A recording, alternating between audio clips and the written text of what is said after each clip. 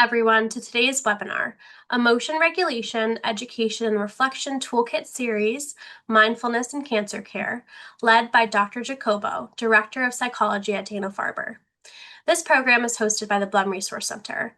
Over at the Blum, we are grateful to Dr. Jacobo for this partnership. The recording of this session will be posted on our Blum YouTube playlist and our Blum Digital Resource Center. For those of you watching live, if you have any questions related to today's program, please feel free to utilize the chat feature throughout the session. At the end of the session, your questions in the chat will be used to moderate our question and answer. If you have any other questions or would like more information about resources and programs offered through the Blum, please visit our website at www.dana-farber.org/resource center or email us at blum_center@dfci.harvard.edu. Thank you all for joining us. I will now pass the workshop over to you, Dr. Jacobo. Wonderful. Thank you, Sarah. Nice to join you all today.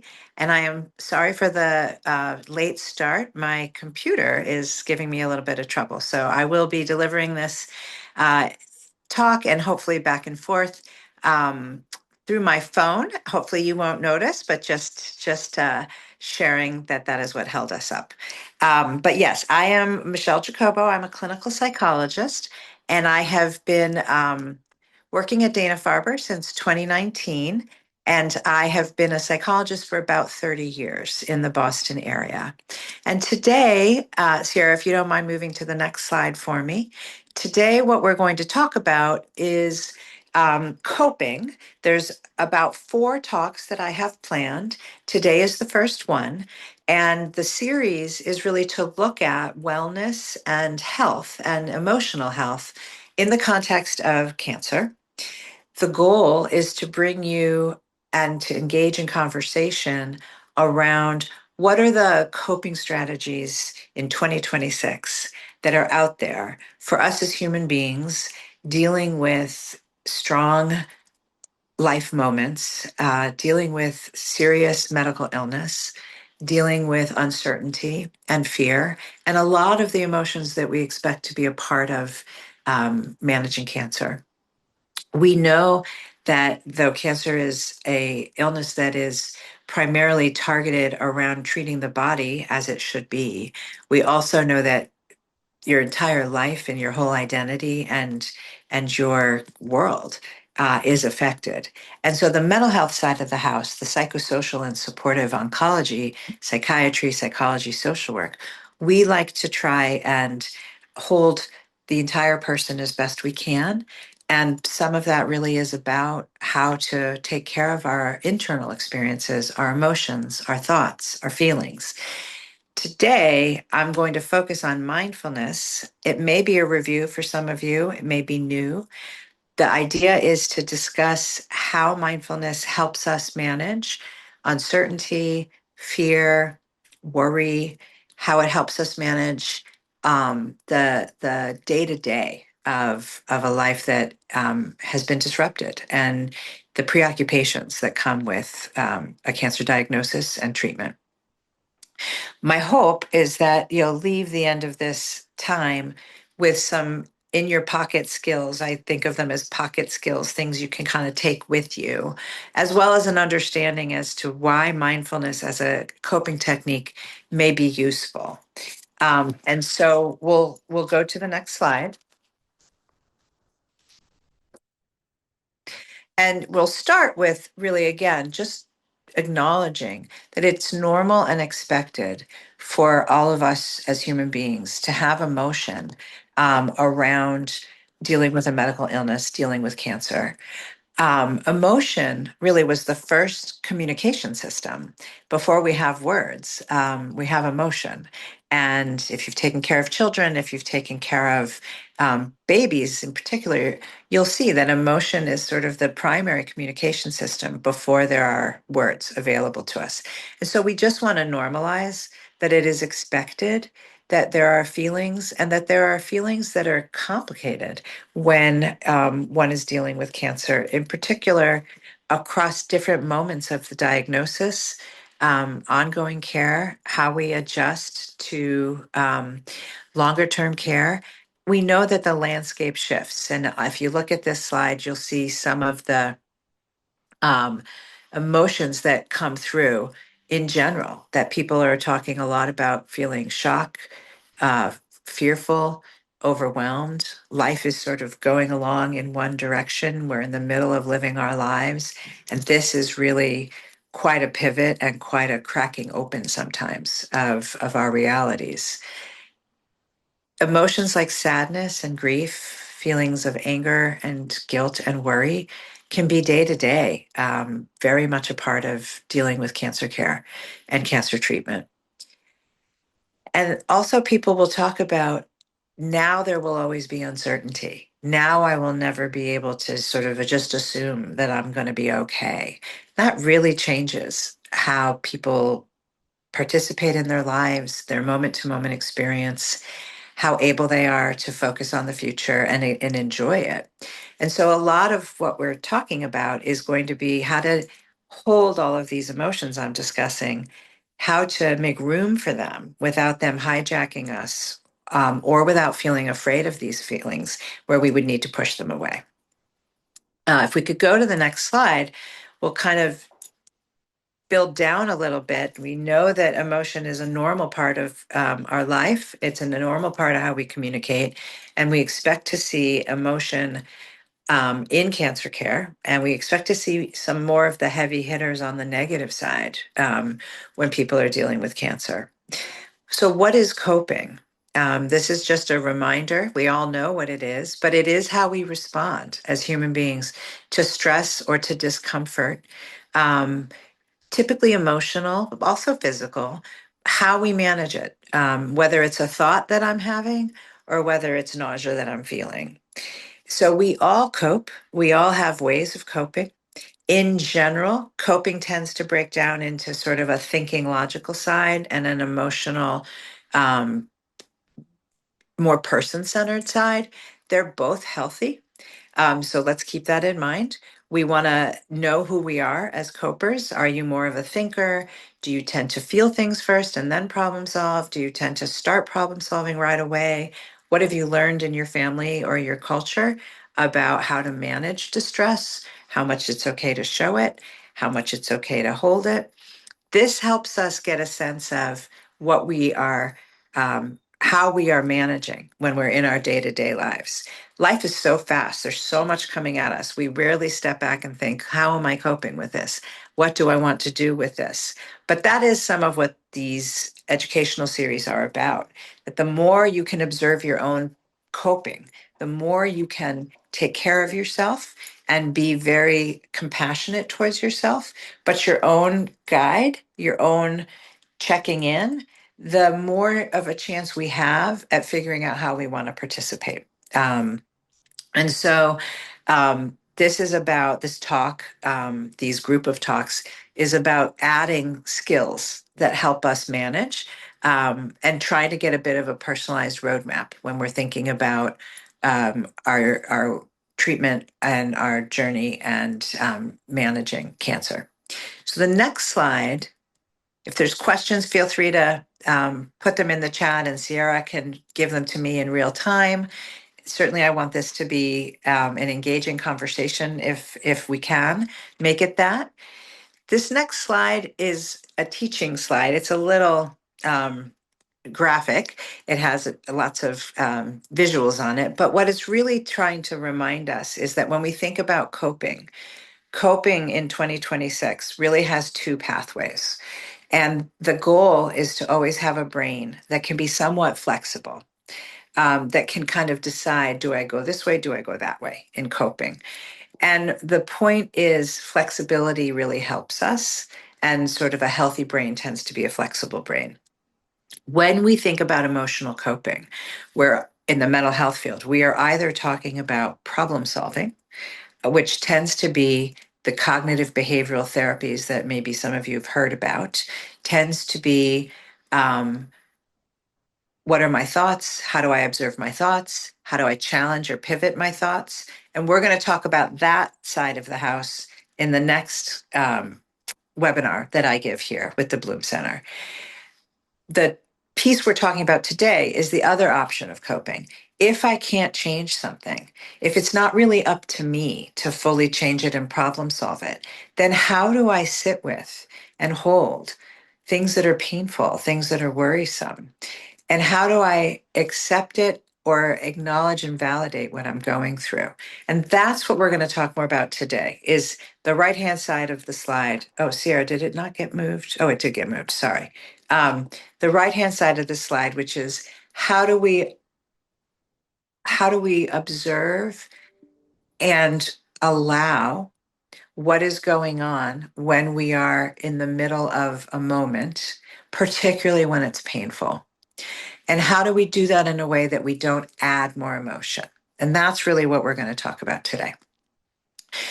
This slide points out that healthy emotion regulation requires that we are able to move back and forth. And if any of you are familiar with 12-step programs or the Serenity Prayer, this is sort of the similar space of, having the wisdom to change things when they're changeable, accept things that cannot be changed, and that last sort of line there of, and the wisdom to know the difference. For us as human beings, it's a helpful question. Is this something that I can move, that I can change? Or is this a moment that I need to figure out how to hold and try to reduce the amount of emotional suffering or pain that I'm in?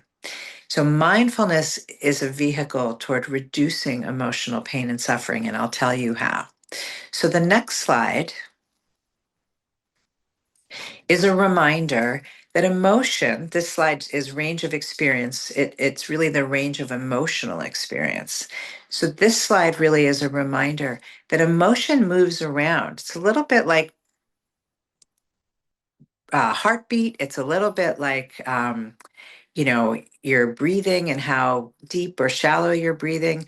How much you're feeling an emotion is going to move based on what you're doing with your body and what you're doing with your mind. Not all of it. Some of it is just emotion is a reflection of what's happening to us.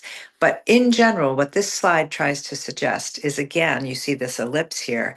The goal is to feel enough emotion that you're experiencing what is happening so that your brain can take it in and figure out what you need to do in this particular moment. But you're not feeling so much that you're flooded by the emotion. So you look at the right-hand side of this slide, kind of middle ground emotion in that ellipse is feeling emotion, understanding it, being able to observe it, and how it's affecting you in a given moment. But it's not causing you to feel like you're spinning or you're flooded or you're unable to catch your breath, if you will. The left-hand side of the arrows is also a reminder that when emotion is moving around, we can feel more emotion, we can feel less emotion. We have some say in that, some, not all. There's a way in which we can also move or quiet emotion down if it's skillful for us. The example I can give for anyone driving into Dana-Farber on Boston campus, at least, there's a ton of traffic usually. People are often dealing with frustrating experiences. By the time you walk through the doors, you may have a lot of emotion, but most of us will compartmentalize that or push that away or refocus our mind on, okay, I'm here now. And so that's an example of having emotion, but deciding to compartmentalize or to move it. So when we have emotional experiences, we want to be able to feel them, but we want to be able to decide, do I want to stay in this emotion? Is it healthy for me? Is it important? Even is it fun? And I just want to hang out here. Or do I need to back away from it because I'm at work or I'm with my kids and I don't want them to see some of what I'm feeling? Or for all of a number of reasons, we might decide to push that emotion a bit away. That's all healthy. The extremes are where we get into danger as human beings in terms of coping. If we only feel flooded by emotion, or if we have a way of never quite feeling emotion, usually that's not sustainable. Usually that means people find themselves out of balance, and at some point, things will be more ruptured or things will overwhelm us. So this slide is really just to remind us that, we know what coping is. It's how we deal with stress. We know that there are sort of two pathways in general, a problem solving pathway and a sitting with accepting pathway. And moving to this slide is okay, so what do we do with emotional experience and how does emotional experience get managed, or how do we cope with emotional experience and why is it so hard? So the next slide is a reminder of why it's so hard to manage those arrows and hang out in emotion. This slide reminds us that strong emotion, it does a few things to the brain. It makes our brains just sort of lock in, and as you see in this visual, a little bit of tunnel vision. When the brain has a strong emotion going on, it's going to try to figure it out and problem solve it. And so it goes right in. That makes sense from an evolutionary standpoint. It's sort of well intentioned. The brain is like, let's focus here, let's fix this. But as I said, there's a lot of things we can't fix. And strong emotion also makes it very hard to remember things outside of that emotion. You'll see in the parentheses here that as in general, as human beings, we tend to think inside of the mood that we're in. And when we do that, we don't always remember thoughts or feelings that are outside of that mood. One of the hallmarks of healthy emotion regulation for an adult is the ability to remember, even though I feel really down today, or even though my thoughts are more negative today, I also remember other things are true. And it's not just that my life is based on what my current mood state is. Now, children can't do that so well. They don't developmentally have that maturity. So children can often feel like whatever the mood is their reality. And as we grow and develop as human beings, we develop more of a complex architecture around that space. So again, why is it hard to manage emotion, particularly emotion around uncertainty or fear and things that are very, very common in cancer? It's hard because those emotions are important. It's about people's lives and identities. It's also hard because there's uncertainty and we can't always fix things. And the strength of an emotion will also bear down on your ability to kind of remember the bigger picture. This slide is helpful just to remember sometimes to ask yourself, am I in that tunnel vision place? Do I need some time? Because the good news is the brain will calm down or reset and re-expand its larger vision from zoom lens to landscape lens with time. It just takes time, and it takes focusing on something else often to help with that reset. Sometimes I call that sort of the control alt delete, that you need your brain to kind of reset and see the bigger picture. And we'll talk a little bit more about that. Okay, so that's a lot of background. Next step, next slide, is to sort of get to mindfulness and the coping. So mindfulness kind of became hot in the 1970s, believe it or not, in certain fields. And in the 80s, 90s, and the early 2000s, it has become increasingly something that the Western world has paid attention to in mental health, mostly as a counterweight to a lot of the problem solving that the mental health world had through cognitive behavioral therapy and behavioral therapies. Mindfulness sort of really did become the balance to, these are largely change technologies. If you can't change something, then how do people sit with things? This is much more in line with Eastern contemplative philosophies. It's much more in line with Buddhism. It's not a spiritual skill set, it's a contemplative skill set. But just to give some of its origins, it's a different way of looking at reality. And if you look here on this slide, the definition of mindfulness as an emotional skill, as a psychological skill, is, quote, a particular way of paying attention, right? Paying attention on purpose in the present moment and non-judgmentally. And that is captured by John Kabat-Zinn, who is a well-known mindfulness psychologist, and who was at UMass Worcester for many, many years. The point here is that when we're saying pay attention, part of what we're working on is getting out of kind of the automatic reactive mode that most of us are in, because life is so busy. It's so uh, we're in a highly digital era. We're in a highly multiple realities. People can do 10 things at a time. But really, what mindfulness says is we're over processing and we're rarely in the moment. And what we want to do is we want to get out of our heads and we want to stop multitasking and we want to pay attention to what's happening now. And in paying attention to what's happening now, non judgmentally, which usually means with compassion and patience, we're tolerating, we're allowing whatever it is we're feeling or whatever it is that's happening in the moment. And we're really using our senses to come into it. So, dropping into the moment is this idea of dropping out of your head into the space by feeling your feet on the ground, by thinking to yourself, it's Tuesday at 1:28 in the afternoon. I can feel my body sitting in the chair. I can feel the shoes on my feet. I can feel the glasses on my face. So, dropping into the moment is this idea of getting out of all the thoughts or the spinning and coming right into here. Now, that's easy to do if what I find when I come into the present moment is something pleasurable or something neutral. But if coming into the present moment means that I have to come up against sitting in a waiting room waiting for a scan, a meeting with my doctor to talk about progression, trying to hang out with my child and things that are going on after school, but not really wanting to have thoughts and feelings about, am I going to get to do this in 5 years? That's a much harder thing to anchor into.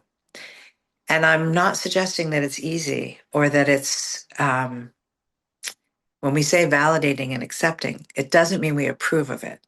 It means we come into this present moment, we come down into now, and we find a way to hold what's there. And we do that with a kindness and a compassion to ourselves. And we try to build less fear about painful emotions. There's a there's a mantra that we'll do in a few minutes together because we're going to do a mindfulness exercise together that says, it's okay. Whatever it is, it's already here. Let me feel it. And that is kind of the tenor of mindfulness. Mindfulness is an emotional skill that allows us to look at the very things that frighten us, not because we want people to suffer more, but because avoiding those types of feelings or thoughts or body sensations doesn't tend to help us cope with them. Avoidance in the long run, with most psychological phenomena, leads to more of the emotion you're trying to actually get away from. Not always in the short run, but certainly in the long run. So, mindfulness is a long term pivot to allowing ourselves to feel and connect to whatever's there, even if it's painful, because allowing it will bring it down a bit, it will soften it. And with practice, we can feel a different way of holding our entire experience of things. The other benefit of mindfulness is this reducing automatic reactions, the second little box here. Most of us have a lot of reactive moments in life. We just move through life so quickly, and we can get upset or we can react to something and later in the day think, oh, I kind of wanted to have handled it a different way. Very human.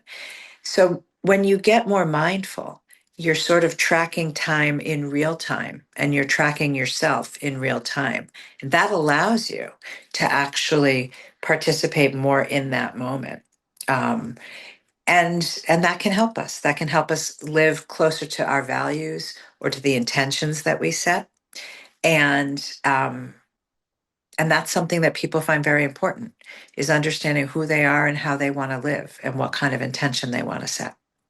All right, we're going to come back to the pocket skills a little bit later. So I just want to move on to the next slide. So how do you do mindfulness? This is the steps 1, 2, 3. This is how you practice it. The first skill is observing. And what observing means is just noticing whatever's happening in the moment and noticing anything that you're getting from your senses. So for those of you that are on the call with me, if you put your hands on your lap, you'll notice that you can feel the fabric of whatever clothing you have on before you even have words describing it. And that sensation is touch. So when we observe things, we are observing um, the sensations of vision, smell, body touch, um, any type of taste that you might also get a sense of. You're utilizing all your senses. If you're observing tone and someone's talking and you're hearing a higher pitched tone and a louder tone, before your brain starts to say that person is angry, your brain has already picked it up. So observe just means putting your attention onto whatever's happening in the moment and going for it through your senses if you can, and then describing it to yourself. So the first skill is notice, observe. The second is describe. Describe is putting words to things. And it may sound very techniquey. It is a little techniquey because we're trying to slow things down. We're trying to stay closer to the moment. And so we're trying to not just do all the shorthands that our brain has learned to kind of just zip through a day. So describing things means really kind of journaling. I call this psychological snorkeling. We're going to do it in a minute, but this is really noticing and describing what kinds of thoughts you're in, what kinds of feelings you're having, what kind of urges, what are the behaviors that you've been engaging in for the day, what kind of body sensations are you having. This is all the data of sort of the emotional landscape, the scene that you want to tune into. I call it psychological snorkeling because if we think of emotion and thoughts as fish and coral and sunlight, when you snorkel, you're in the water. You're not afraid up in the boat. But also, when you snorkel, you're not trying to grab the fish or touch the coral. You're sort of right above it. And that's kind of the sensation you want to think about with mindfulness. You want to be in the moment, in the water, and also kind of observing the data so that you have a sense of what's going on, so that then you can figure out, given what I know, given what I've paid attention to that's going on for me up here in this complicated landscape, how do I want to participate? So the goal of mindfulness is to observe. You're hitting pause a little bit, you're turning your attention inward, you're noticing what's there, you're describing it to yourself. I'm having a feeling of worry. I'm upset with my team, and I have thoughts about um, how to share that with them. Any type of description is sort of what's going on. And the biggest things that are going on are thoughts, feelings, urges, behaviors, and body sensations. Because the question then is now, given what I know I'm responding to or that I'm holding within me, what is the helpful way forward? What is the most effective way forward? What can I do? How do I want to participate? It may just be self-care. How am I going to get through my appointment today? I'm going to bring a, playlist to distract myself because I just have to get through the appointment. I'm going to ask a friend to come with me. I'm going to read a book, or I'm going to write 3 particular questions that I have from my medical team. I'm going to prioritize getting those answered, and I will work on letting go of the other questions I may have until I have an opportunity to talk with the nurse practitioner, something like that. It's really just really this question of, given what I know is happening, how do I want to participate? Okay, so the next slide is about these pocket mindfulness. This is about, how do you do this stuff? And where would you be using it within your own journey, dealing with cancer, dealing with treatment, and dealing with how it's affecting your life? You're going to want to use mindfulness as a skill when you need to hit pause, when you need to check in with yourself, or if you're working on tolerating painful or strong emotions that are overwhelming you in some way. Those might be 3 very practical moments that you would think about using mindfulness. If you need to ground yourself or sort of get yourself back into your body, if you're just up in your head, that's another reason. So strong emotion, any opportunity where you know that trying to kind of lock back into the moment and participate a little more fully would be helpful. Another opportunity, like I said, is if you have a small kind of plan for the day and you want to figure out how to participate and what you're dealing with, usually around when you can't quite just problem solve something. So there's a mindfulness that is considered very useful. It's 3 minutes long. We're going to do it together if you're willing. The first minute is on the breath. No, I'm sorry. This slide is a little bit incorrect. I meant to change this. The first minute is actually on what you're feeling and thinking. The second minute is on the breath. We'll make sure to fix this and get it back to you. And the third minute is back into a larger sense of awareness to help you kind of figure out what you're feeling in general and then stepping back into the moment. So I'd like us to try this. When I teach mindfulness, the how to is observe, describe, participate, like we had just talked about, and doing that in a non judgmental way with compassion, if you remember. The mechanics of mindfulness are the breath and where you're putting your attention. When you practice mindfulness, you're practicing how to be in the present moment with what's there. You're not practicing trying to feel better. If you can feel better, that's great. But you're really trying to be present with what's existing and finding a way to hold it and soften it differently. That happens through the breath and through where you're putting your attention. So we're going to try this mindfulness, and then we can maybe get a little feedback. So if you're willing, I'm going to ask you to just sit up a little straighter. Remind yourself that you're kind of practicing. It kind of cues your body. And when you're ready, I'm going to ask you to put your attention on whatever is going through your mind right now. So just turning a flashlight inward or imagining that psychological snorkeling, looking down within your own mindscape and allowing yourself to notice the thoughts and the feelings, any body sensations that you're having, any urges. And with that mantra of whatever it is, it's okay. It's already here. So let me feel it. Let me know it. Just allowing your breath to breathe itself, using the breath as an anchor for observing what's happening on the inside. And when you're ready, turning your attention just to the breath. So allowing yourself to breathe in and to breathe out. And here I want you to feel breathing. I don't want you thinking about it. So feel the breath on the inhale, how it's cool at the back of your throat.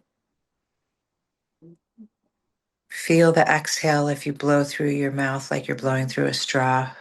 On the exhale, you can sense the warmth of the air versus the coolness of the inhale.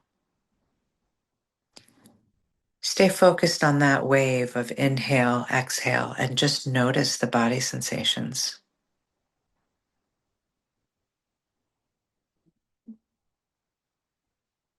And if your mind wanders, that's okay. You just gently bring it back, re-anchor it on the breath, and try to just allow the breath to breathe itself. And then when you're ready, turning your mind from just the breath and moving it back out to a larger awareness. So in this case, you could start with feeling your feet on the ground, your body in the chair, your presence at this webinar. It's a way of expanding your awareness, even to sort of the larger day. Again, Tuesday, who's in your life today? Who will you be encountering? That's expanding in awareness.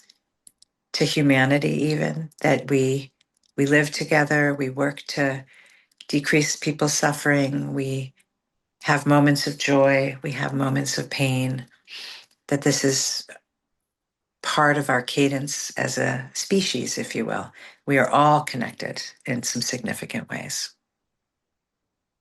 Before we check in about this exercise, ask yourself, given what I noticed on that first breath, given what I noticed I was feeling, thinking, what I'm holding today, how do I want to step back in for the rest of my day?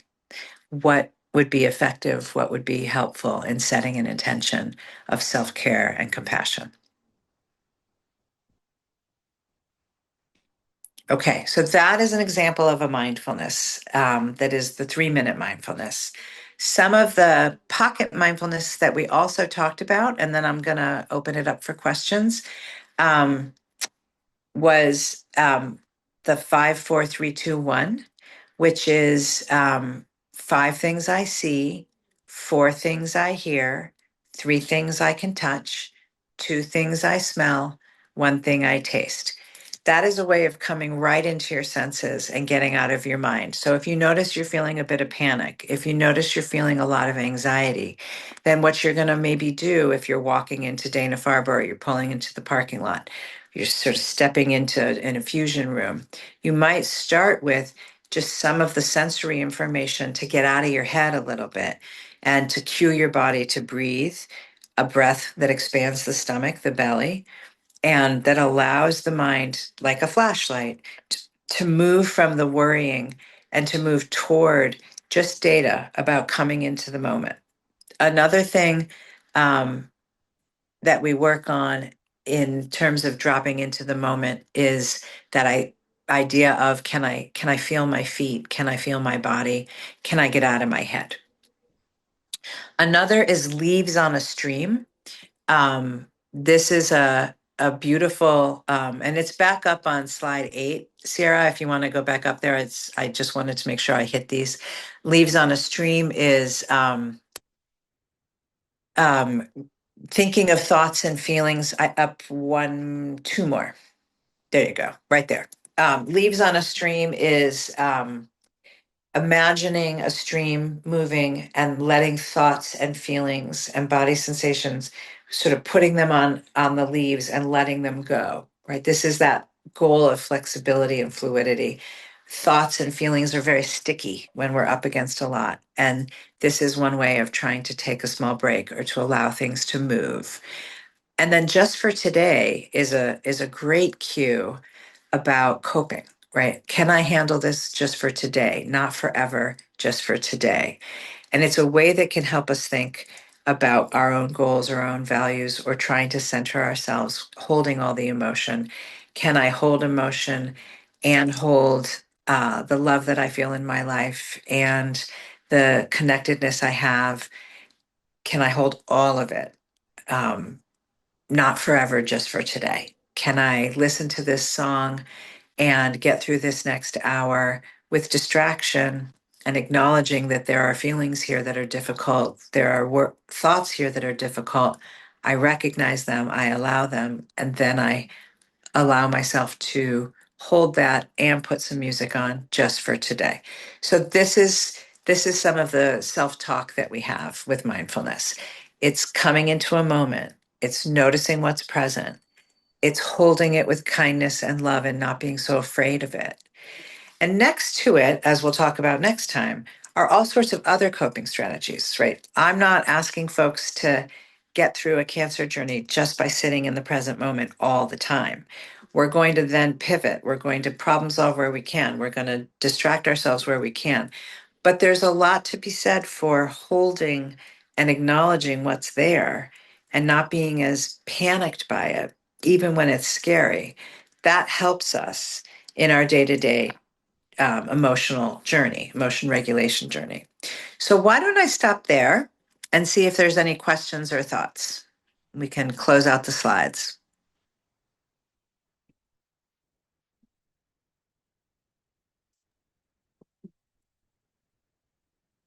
I have a question for you, Dr. Jacobo.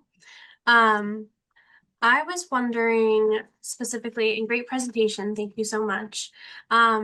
I was wondering, I have trouble doing mindfulness and I don't feel relaxed, but I isn't that the goal of it and trying to do that. So if you could speak a little more about that, that would be great. Yes. Okay. Great question. And I alluded to it, but it's worth highlighting. When you are coping and you're going to try to relax, you're going to use the same two criteria that we just talked about. Mindfulness is the breath and where you put your attention. Relaxation is the breath and where you put your attention. But mindfulness is putting your attention, usually as an emotion regulation skill, on what's happening in the moment and finding a way to be in the moment and bear the moment, allow the moment, which will ultimately help soften things. And ultimately, the exposure to the things that frighten us or that cause us pain, finding a way to hold them or have compassion for ourselves, or even the feelings. This is just a little of that Eastern philosophy to go ahead and love all the emotions that are there, even the ones we don't like. It doesn't mean, again, approving of them. It doesn't mean that what you're feeling is fair. There's nothing there to suggest that it's fair. It's to say, if this is what's there, let me feel it. And in the feeling it, we get in contact with the present and we get the opportunity to soften some of our reaction to it. Relaxation is a whole nother skill. It's a great skill. Also, the breath, also where you put your attention. It's usually about trying to feel better. And so you might do a summer scene, you might do a visual image of a mountain, you might do the freckles on your child's face as a place to bring yourself quieter. They're both necessary in coping, but with mindfulness, one of the main targets is finding a way to bear the unbearable.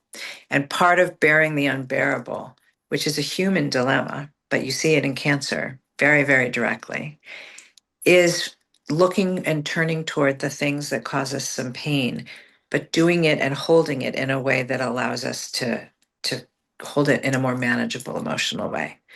It's an understandable urge to want to push away or to feel hijacked by painful places. This is an effort toward soothing ourselves, coping with a sense of I can bear it perhaps for 5 minutes, perhaps for 30 seconds. But there's a value in turning toward what's there and trying to compassionately and lovingly take myself through it. Thank you so much. We do have some other questions from the chat, and a reminder to our folks that are with us, if you do have a question or comment, please just put them into the chat or Q&A. So one of the questions was, when do you find it most useful in cancer care to use mindfulness?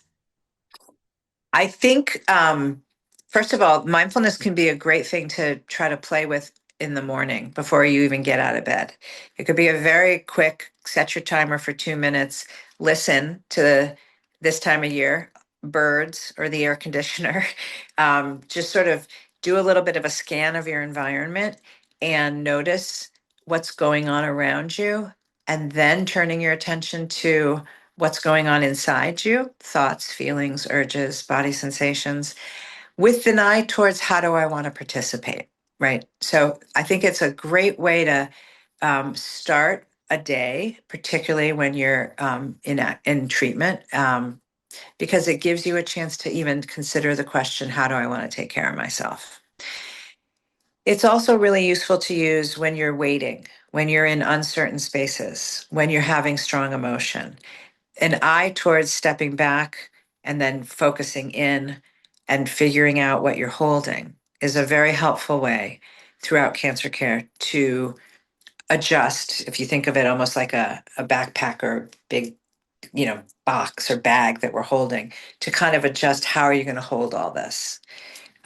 So strong emotions, uncertainty, um, procedures that are overwhelming, at least starting with kind of mindfulness, and then you might build out a backpack of distraction and self-soothing, because we don't want you thinking that we're saying you just need to constantly be aware of what's going on. It can be very helpful to pivot off, but it tends to be helpful to kind of know what's happening before we pivot off. Awesome. Thank you for that explanation. Another one, is there some sense that this skill set is better than just changing things? No, These are, I think, what you'll find in 2026 if you speak to people in the mental health world. These are kind of the yin and the yang, if you will. Change and acceptance is one of the ways that we think about life experience and our ability to respond to it. In the Western world, we're built to want to change things, and changing things is very healthy and very skillful, and you've got to know how to do it. The problem is you can't always change things, and cancer is a place where you really see that come forward as a primary dilemma. It's if it were up to us and we could just put our effort and will into changing things and we could get an outcome, we would do it. Mindfulness is an acceptance side of the house skill, and it's there for when you can't change things. It's there for when you don't know the answer. And so you need them both, and they're both equally necessary in getting through the adult world. Awesome. Okay, one last question for you. Where else could we look for mindful experiences? So it's a good question, and I'm sorry I didn't bring that up sooner. I will make sure to incorporate some of this in the next talk about change experiences.